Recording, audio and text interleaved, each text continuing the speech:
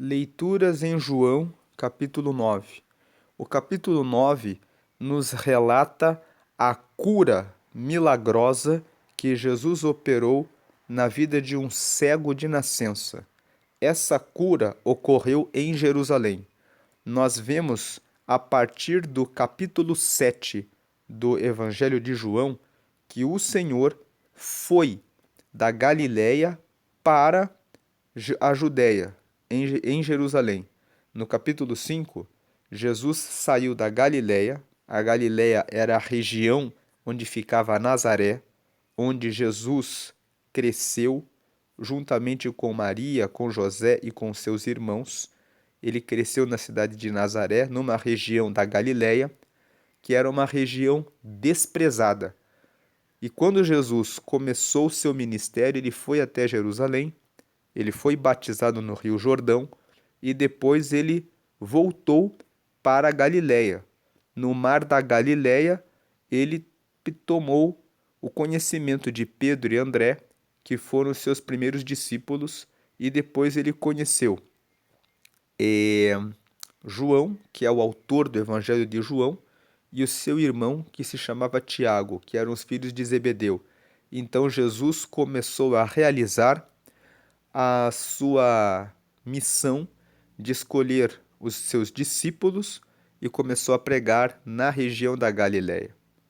Depois que ele pregou na região da Galiléia, ele foi até Jerusalém, de acordo com o relato de João, capítulo 5. Em João, no capítulo 5, quando ele esteve em Jerusalém, ele realizou a cura de um paralítico que ficava na frente do tanque de Betesda há 38 anos esperando para receber a cura. E ele curou esse homem, esse paralítico, num sábado.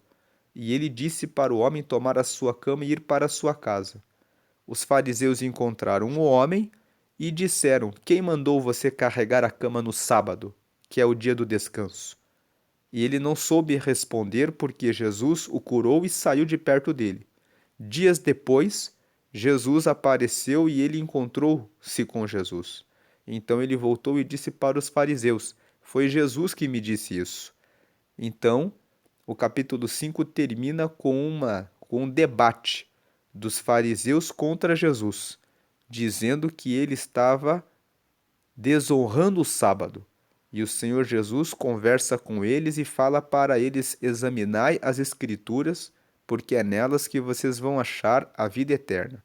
E o Senhor fala que ele realizou um ato de bondade no sábado e que fazer o bem no sábado não tem nada a ver em violar o sábado. Por causa disso, o capítulo 6, Jesus começa falando que Jesus, por causa dessa perseguição em Jerusalém, na Judéia, que aconteceu com a cura do paralítico do tanque de Betesda, ele voltou para as regiões da Galiléia. Nas regiões da Galiléia, capítulo 6 de João, ele operou o primeiro milagre de multiplicação dos pães. Deu de comer a 5.000 homens, fora as mulheres e crianças, e ainda sobejaram 12 cestos, indicando que o Senhor estava comissionando seus discípulos para divulgarem a palavra de Deus. E o capítulo 6 termina com Jesus dizendo que aquele que come da carne dele e bebe do sangue dele tem vida nele. O Senhor antecipa que ele morreria. As pessoas não entenderam que ele estava falando a respeito do seu próprio corpo que seria oferecido por nós.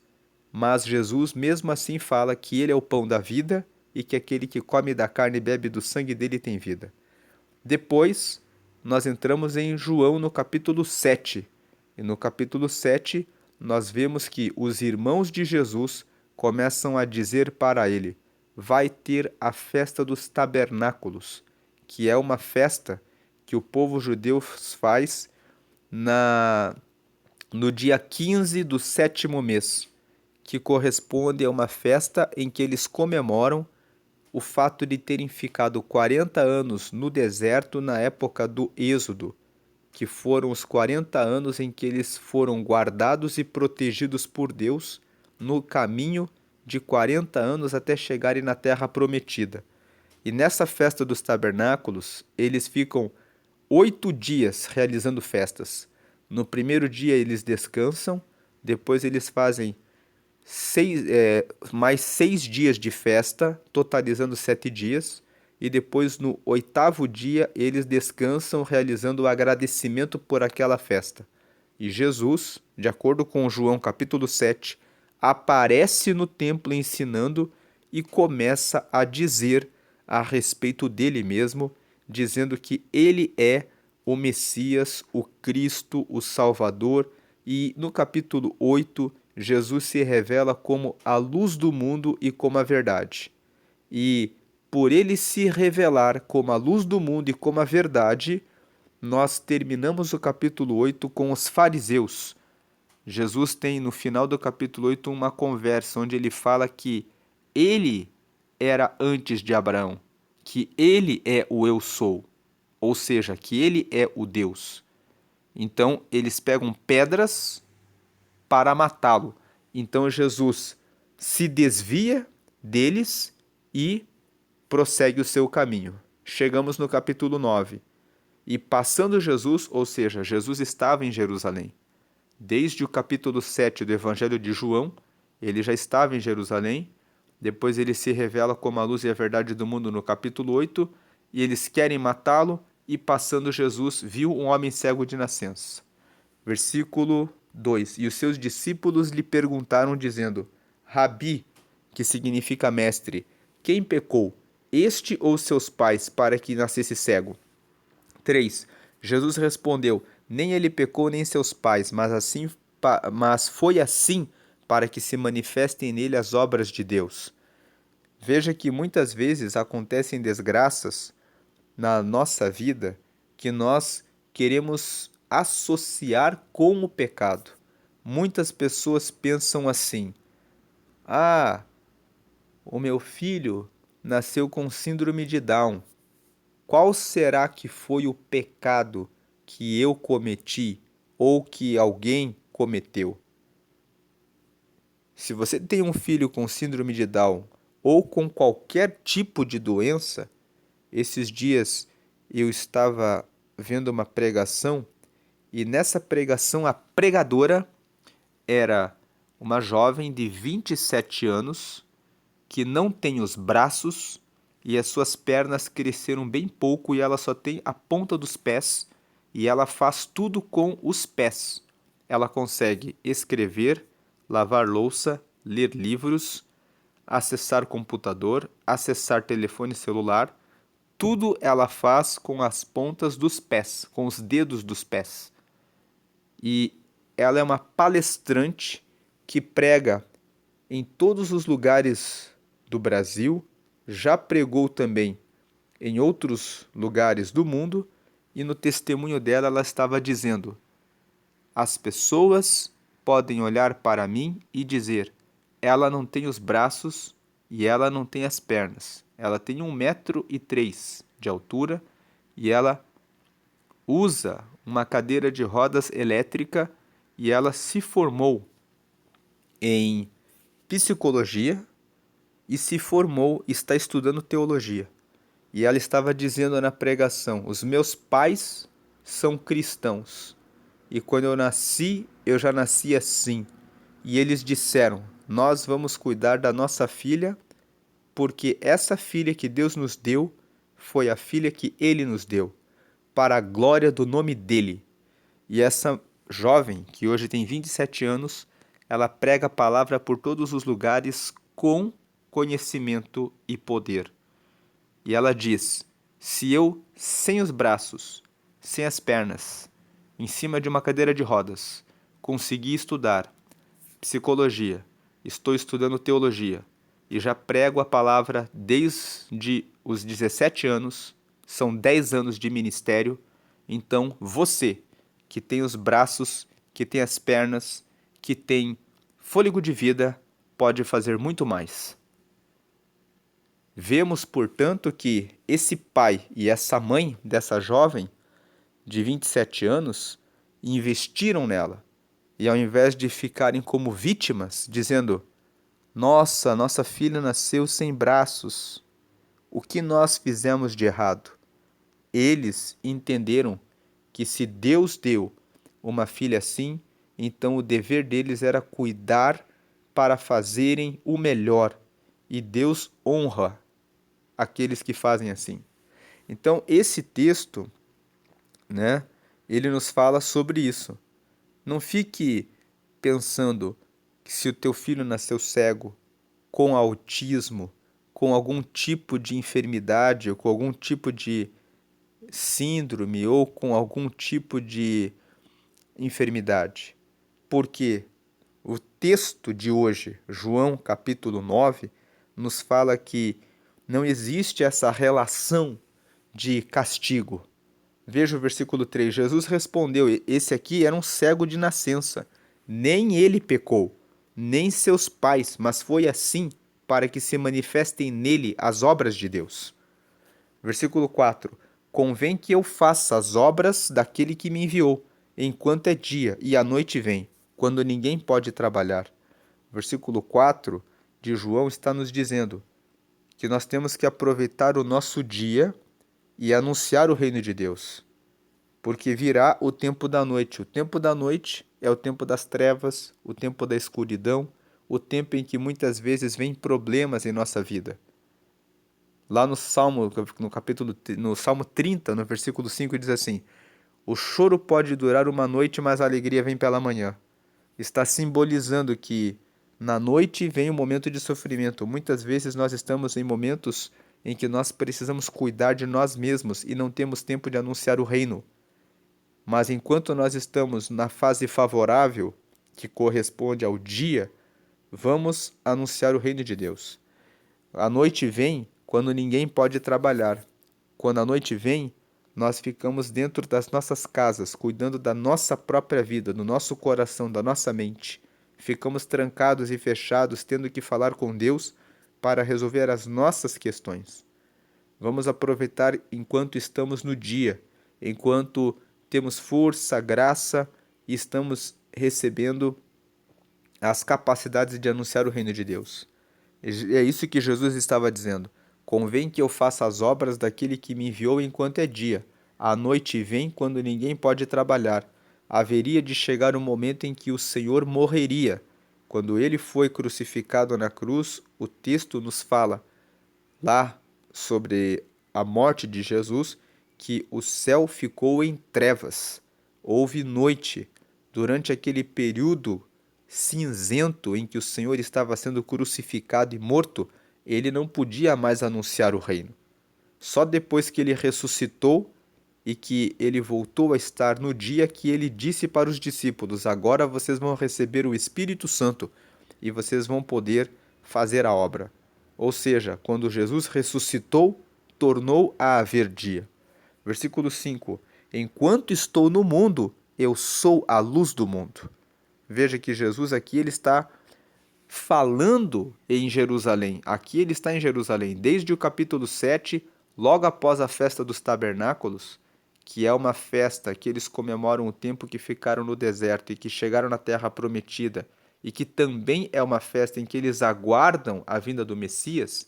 Eles estão esperando que o Senhor, que foi prometido no Antigo Testamento, virá. O Senhor se revelou dizendo: eu é que sou o Messias.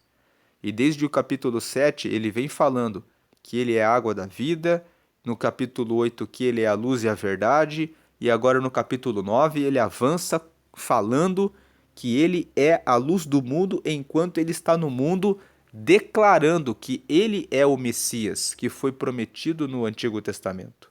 Versículo 6. Tendo dito isso, cuspiu na terra e com a saliva fez lodo e untou o lodo com o lodo os olhos do cego. Versículo 7. E disse-lhe: vai, lava-te no tanque de Siloé, que significa o enviado. Foi, pois, e lavou-se e voltou vendo. Esse versículo 6 nos mostra que quando Jesus cuspiu na terra e ele pegou e fez o lodo com a terra e colocou nos olhos do cego, ele revelou que foi ele que fez o mundo. Jesus estava dizendo: nós fomos feitos com o pó da terra. Gênesis nos fala que Deus formou o homem do pó da terra. Então, o nosso corpo é pó. E quando nós morremos, volta para o pó. Quando o Senhor cospe na terra, ele está mostrando que da boca dele sai o poder da criação. Da palavra da boca do Senhor sai a autoridade da criação de todas as coisas. E quando ele cospe sobre a terra, sobre o pó, e forma do pó o olho para colocar no cego, ele está dizendo: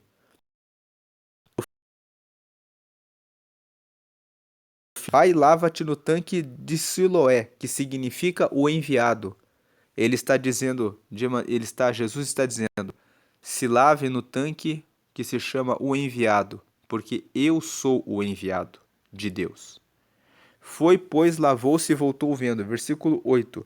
Então os vizinhos e aqueles que dantes tinham visto que era cego diziam: não é este aquele que estava sentado e mendigava? 9. Uns diziam: é este, e outros: parece-se com ele. Ele dizia: sou eu. Versículo, esse versículo aqui, o 8 e o 9, nos mostram que quando Deus opera um sinal na nossa vida, todos aqueles que estão à nossa volta, os nossos vizinhos, são os primeiros que verão. Deus fará com que aqueles que hoje te condenam vejam o milagre que ele vai operar na sua vida. Continue orando e falando com o Senhor, que você vai receber o milagre e as pessoas olharão e terão de ver e dizer: é este que recebeu o milagre de Deus. Creia nisso. Versículo 10. Diziam-lhe, pois, como se te abriram os olhos? As pessoas vão ficar sem entender como que você recebeu o milagre. Elas vão perguntar, como que você conseguiu? Agora o versículo 11. Ele respondeu e disse-lhes: o homem chamado Jesus fez lodo e untou-me os olhos e disse-me: vai ao tanque de Siloé e lava-te. Então fui e lavei-me e vi. Você vai dizer: o Senhor Jesus me deu a vitória. Versículo 12.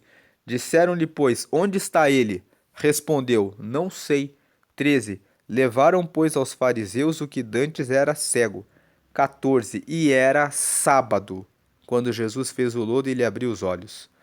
Veja que lá no texto de João, no capítulo 5, a primeira cura que Jesus realizou em Jerusalém, que foi o paralítico que ficava no tanque de Betesda, Jesus fez a cura no sábado.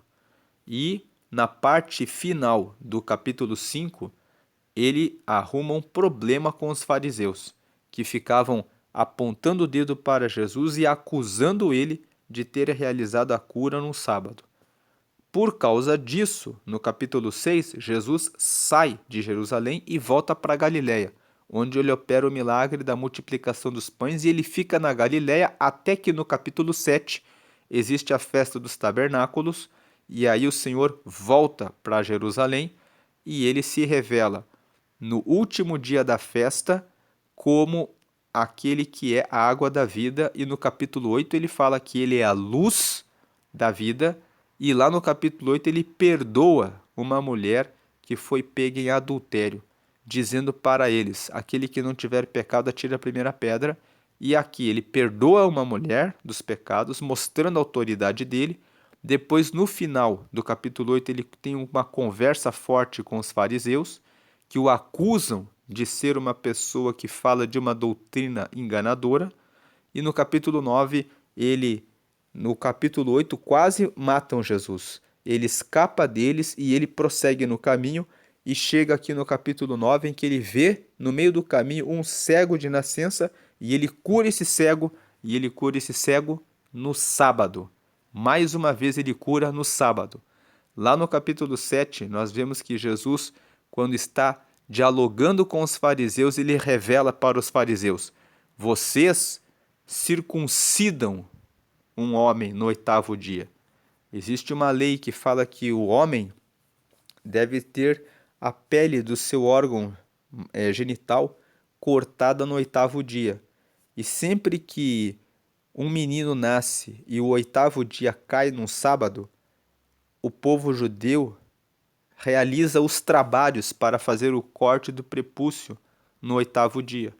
E Jesus disse para eles assim: estou falando do capítulo 7. Vocês circuncidam um homem no 8º dia. Isso é um trabalho e vocês fazem isso no sábado, porque vocês entendem que a circuncisão é um pacto com Deus. Então vocês fazem isso no sábado e não violam o sábado quando trabalham fazendo esse trabalho, porque estão honrando a Deus.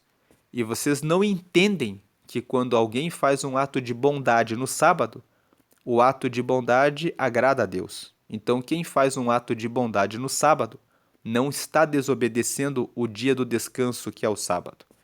Então, por isso que Jesus, aqui, mais uma vez, curou o cego num sábado. E disse para o cego: vai até o tanque de Siloé e se lava. No sábado, existe uma regra de que você só pode caminhar até um certo número de passos. O fato de Jesus falar, vai até o tanque de Siloé e se lava, isso era um trabalho. Então, era sábado quando Jesus fez o lodo e ele abriu os olhos. Então, ele estaria desobedecendo o sábado. Versículo 15: tornaram, pois, também os fariseus a perguntar-lhe como vira. E ele lhes disse: pôs-me lodo sobre os olhos, lavei-me e vejo. 16: então alguns dos fariseus diziam: este homem não é de Deus, pois não guarda o sábado. Diziam outros: como pode um homem pecador fazer tais sinais? E havia dissensão entre eles. Veja que essa questão de Jesus ter operado a cura no sábado provocava uma discussão entre os fariseus. 17. Tornaram, pois, a dizer ao cego: tu que dizes daquele que te abriu os olhos, o que você fala daquele que te abriu os olhos? E ele respondeu: que é profeta. Veja que todo aquele que recebe o milagre de Deus, o milagre do Senhor, consegue reconhecê-lo como o Salvador. Agora, 18. Os judeus, porém, não creram que ele tivesse sido cego e que agora visse, enquanto não chamaram os pais do que agora via.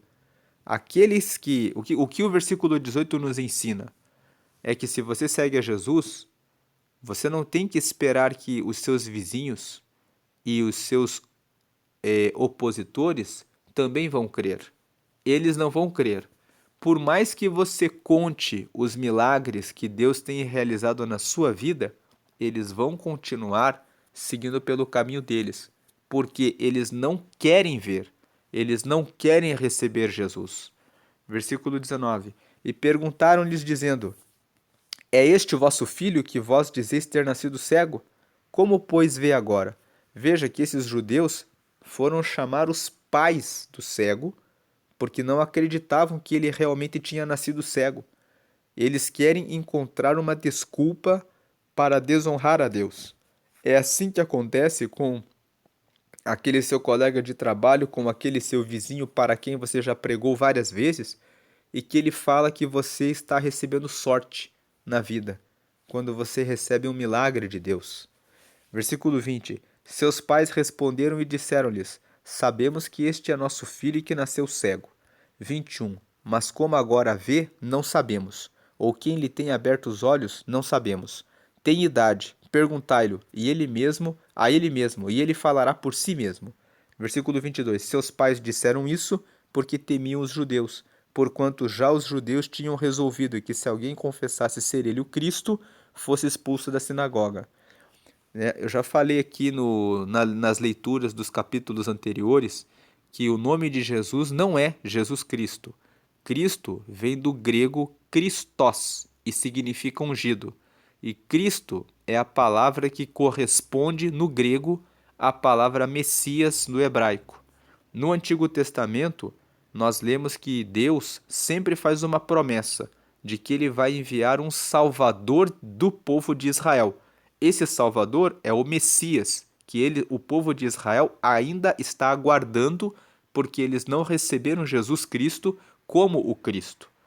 Para os judeus, Jesus é apenas Jesus de Nazaré, o Jesus que cresceu na cidade de Nazaré e que foi um homem comum e qualquer.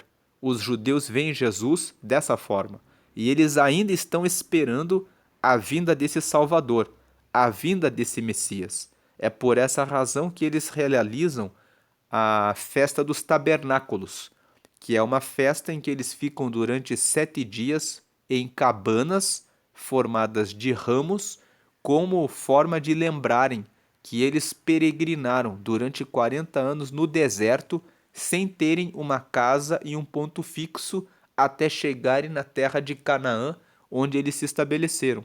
E por essa razão, essa festa dos tabernáculos também representa um momento em que eles estão aguardando, enquanto estão caminhando nessa terra, que representa o deserto, até chegarem ao céu. E é por isso que o Senhor Jesus, aqui no capítulo 7, ele foi justamente em Jerusalém, na festa dos tabernáculos, porque essa festa é a festa que anuncia o aguardo no Senhor. E Jesus vai e se revela no templo, começando a pregar ali, dizendo que eu sou a água da vida. É como se Jesus estivesse revelando e dizendo: isso que vocês estão comemorando, que é a festa dos tabernáculos, que é o aguardo da vinda do Messias, sou eu mesmo que sou o Messias. É isso que Jesus estava dizendo. Então, os judeus, que eram os fariseus, eles não acreditavam que Jesus era o Cristo. Jesus, no capítulo 7, está falando: eu sou o Cristo. Tanto que no capítulo 7 ele fala que ele é o Cristo, no capítulo 8 ele perdoa os pecados da mulher adúltera, no capítulo 8 ele fala com os fariseus, dizendo: eu sou a luz do mundo. E ele fala: e eu sou a verdade. E ele fala no capítulo 8: conhecereis a verdade vos libertará. E no capítulo 8 ele fala que ele é antes que Abraão, porque os judeus se diziam descendentes de Abraão e havia promessa de que de Abraão viria o Messias, o Salvador, que seria descendente do rei Davi. E Jesus realmente é da descendência de Abraão e ele é descendente de Davi. Mas eles não queriam ver que Jesus era o Cristo. Por isso que entender isso nos ajuda a entender o versículo 22. Os seus pais, né, os pais do cego, disseram para os judeus que, porque eles temiam os judeus, por isso eles disseram: pergunte para ele, nós sabemos que somos os pais dele, que ele nasceu cego, mas pergunte para ele como que ele vê, porque eles não queriam dizer que Jesus tinha realizado a cura na vida do filho deles, porque eles sabiam que os judeus não acreditavam que Jesus era o Cristo, ou seja, que Jesus era o prometido de Deus, o Salvador. Porque os judeus tinham decidido que quem confessasse que Jesus de Nazaré era o Cristo seria expulso da sinagoga. E para eles, sendo judeus, fazer parte da sinagoga era algo importante, fazer parte da comunidade religiosa. Estar ali simbolizava o relacionamento e a comunhão com Deus. Eles não queriam ser excomungados. Por isso, eles disseram isso. 23. Por isso é que seus pais disseram: tem idade, perguntai-o a ele mesmo. 24. Chamaram, pois, pela segunda vez o homem que tinha sido cego, e disseram-lhe: dá glória a Deus, nós sabemos o que esse homem é pecador. Então eles disseram para o cego assim: dê glória a Deus pelo fato de você ter recebido a cura, de agora você ver. Mas o que nós sabemos a respeito desse que te curou, esse Jesus aí, é que esse homem aí é um pecador. Eles estavam falando que Jesus era um pecador, não aceitando que Jesus era o Cristo. É isso que acontece quando nós recebemos o milagre. Falamos para o vizinho, falamos para o parente incrédulo que foi Jesus que fez, e eles dizem: isso aí aconteceu por acaso. E eles não acreditam no Senhor, de forma nenhuma. Versículo 25. Respondeu ele, pois, e disse: se é pecador, não sei, uma coisa sei, e é que, havendo eu sido cego, agora vejo. Muitas vezes nós temos que dar o nosso testemunho e dizer: se você acredita que Jesus é Jesus e que ele realmente é Deus, isso é uma coisa que eu não sei. Isso é uma coisa que é sua. O que eu sei é que o Senhor tem realizado milagres na minha vida.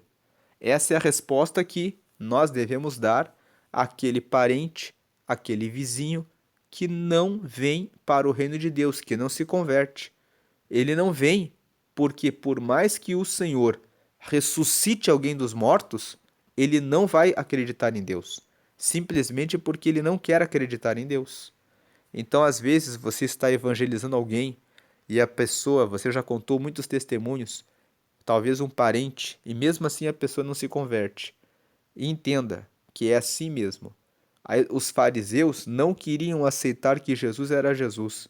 Nada faria que eles realmente crescem em Jesus. Versículo 26. E tornaram a dizer-lhe: Que te fez ele? Como te abriu os olhos? Veja, eles estavam insistindo. O cego já tinha dito. Jesus ele cuspiu na terra, fez o lodo, colocou nos meus olhos e mandou eu ir me lavar no tanque de Siloé. Mas eles não estavam conformados. Disseram para ele: Dê glória a Deus, que esse homem é um pecador. E perguntaram pela segunda vez. Versículo 27. Respondeu-lhes: Já vô-lo disse, e não ouvistes. Para que o quereis tornar a ouvir? Quereis vós, porventura, fazer-vos também seus discípulos? Versículo 28. Então injuriaram e disseram: Discípulo dele sejas tu. Nós, porém, somos discípulos de Moisés.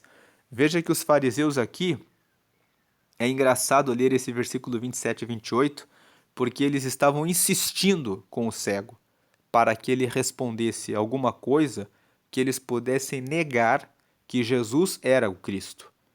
Então, o cego, quando eles insistem, ele faz essa pergunta: Vocês estão perguntando tanto por quê? Porque vocês querem ser discípulos dele? E aí eles injuriam o cego e dizem: Que você seja discípulo dele. Nós somos discípulos de Moisés. Veja que os fariseus aqui, eles eram muito apegados à lei. E eles, né, quando eles falam que somos discípulos de Moisés, eles estão dizendo assim: nós lemos a Torá, nós lemos o Antigo Testamento, nós sabemos que Moisés foi quem guiou o povo de Israel durante os 40 anos no deserto e que ele é o nosso governante. Agora, versículo 29. Nós bem sabemos que Deus falou a Moisés, mas este não sabemos de onde é. Vamos lembrar que Jesus, ele cresceu em Nazaré. E Nazaré era uma cidade na região da Galileia, e a Galileia era uma região que era considerada uma região ruim para a nação de Israel. Então, versículo 30, o homem respondeu e disse-lhes: Nisto, pois, está a maravilha, que vós não saibais de onde ele é, e me abriste os olhos. Então veja que o cego, o ex-cego aqui, ele conseguia perceber a maravilha de que Jesus tinha vindo de um lugar desconhecido e tinha realizado uma cura milagrosa sobre a vida dele. Aquele que recebe Jesus e que recebe a cura consegue ver como o Senhor é maravilhoso. Mas aqueles que estão apegados na sua religiosidade, na sua fé religiosa, de frequentar a igreja por uma tradição, dizendo, porque eu sou filho do pastor tal, eu sou neto do pastor tal, eu sou bisneto do pastor tal, a minha família sempre foi dessa congregação, a minha família sempre foi dessa igreja. Todo esse apego às tradições familiares é religiosidade. Os fariseus aqui estavam mostrando que eles eram religiosos. Nós conhecemos Moisés, nós lemos a palavra, nós conhecemos tudo. Esse homem veio da onde? Versículo 31. Ora, nós sabemos que Deus não ouve a pecadores, mas se alguém é temente a Deus e faz a sua vontade, a esse ouve. Veja que agora o cego está dando uma lição para os fariseus. O cego está falando aqui. Versículo 32. Desde o princípio do mundo nunca se ouviu que alguém abrisse os olhos a um cego de nascença. Versículo 33. Se este não fosse de Deus, nada poderia fazer. Versículo 34. Responderam eles e disseram-lhe: Tu és nascido todo em pecados e nos ensinas a nós? E expulsaram-no. Veja a arrogância dos fariseus. O cego que recebeu o milagre, ele era um homem comum. Ele não era um homem do templo. E os fariseus eram aqueles homens religiosos que cresciam desde a infância aprendendo, vamos dizer assim, toda a tradição da igreja para que fossem os pastores da época. E eles estavam lá e agora o cego que havia sido curado começa a dizer isso para eles e eles não aceitam. Eles falam para ele, para o cego, o ex-cego: Você está cheio de pecados e vem querer ensinar a gente? E expulsaram. É assim que os religiosos agem. Eles se julgam os pastores, os melhores, e muitas vezes eles não recebem na vida deles o milagre de Deus. São pastores mortos. Se você está em uma igreja onde você tem recebido as maravilhas porque você creu em Jesus e os seus pastores falam que você não está recebendo esses milagres de Deus, é hora de você escolher uma igreja, visitar outras igrejas e procurar um lugar onde os líderes reconhecem os milagres de Deus na sua vida. Porque é triste dizer isso, mas existem igrejas que são apenas igrejas religiosas, onde se faz uma leitura bíblica e faz-se um comentário bíblico, mas que não tem vida com o Senhor. E aqui os fariseus, eles liam a Bíblia, eles seguiam tradições, eles jejuavam, davam ofertas, mas eles não conseguiam receber vida em Jesus. O que prova para nós que é possível ter uma vida religiosa, cheia de religião, que a pessoa frequenta a igreja todo dia, mas a pessoa não recebeu transformação na própria vida. Versículo 35. Jesus ouviu que o tinham expulsado e, encontrando, disse-lhe: Crês tu no Filho de Deus? Versículo 36. Ele respondeu e disse: Quem é ele, Senhor, para que nele creia? E versículo 37. Jesus lhe disse: Tu já o tens visto, e é aquele que fala contigo. Veja que Jesus aqui está em Jerusalém, ele realizou a cura desse cego, e desde o capítulo 7, Jesus está na Judéia e falando claramente, de maneira direta, que ele próprio é o Messias.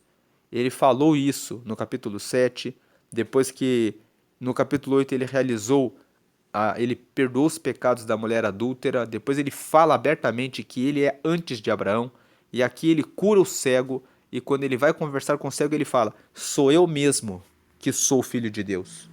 Versículo 38, ele disse: Creio, Senhor, e o adorou. Adoração é uma palavra que está relacionada à glória a Deus. Você só adora a Deus. E quando esse cego adora a Jesus, ele está dizendo: Eu reconheço que ele é o prometido das Escrituras, que ele é o Messias.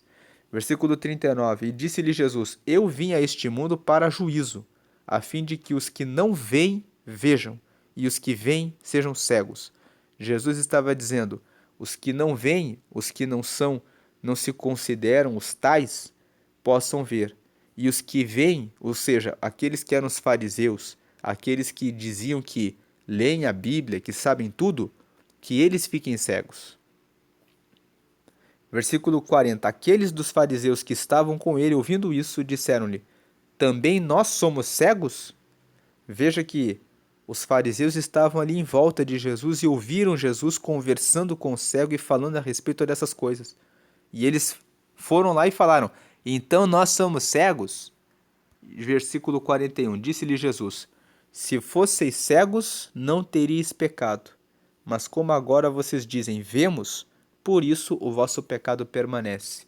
O que Jesus estava dizendo: se vocês realmente fossem cegos e vocês não enxergassem, vocês estavam perdoados. Não tem pecado quando você não sabe que aquilo é pecado. Mas como vocês falam: Nós conhecemos a palavra, nós sabemos tudo? Se vocês conhecem a palavra, então vocês sabem que vocês estão errados. Então, vocês não são cegos, vocês são pecadores mesmo.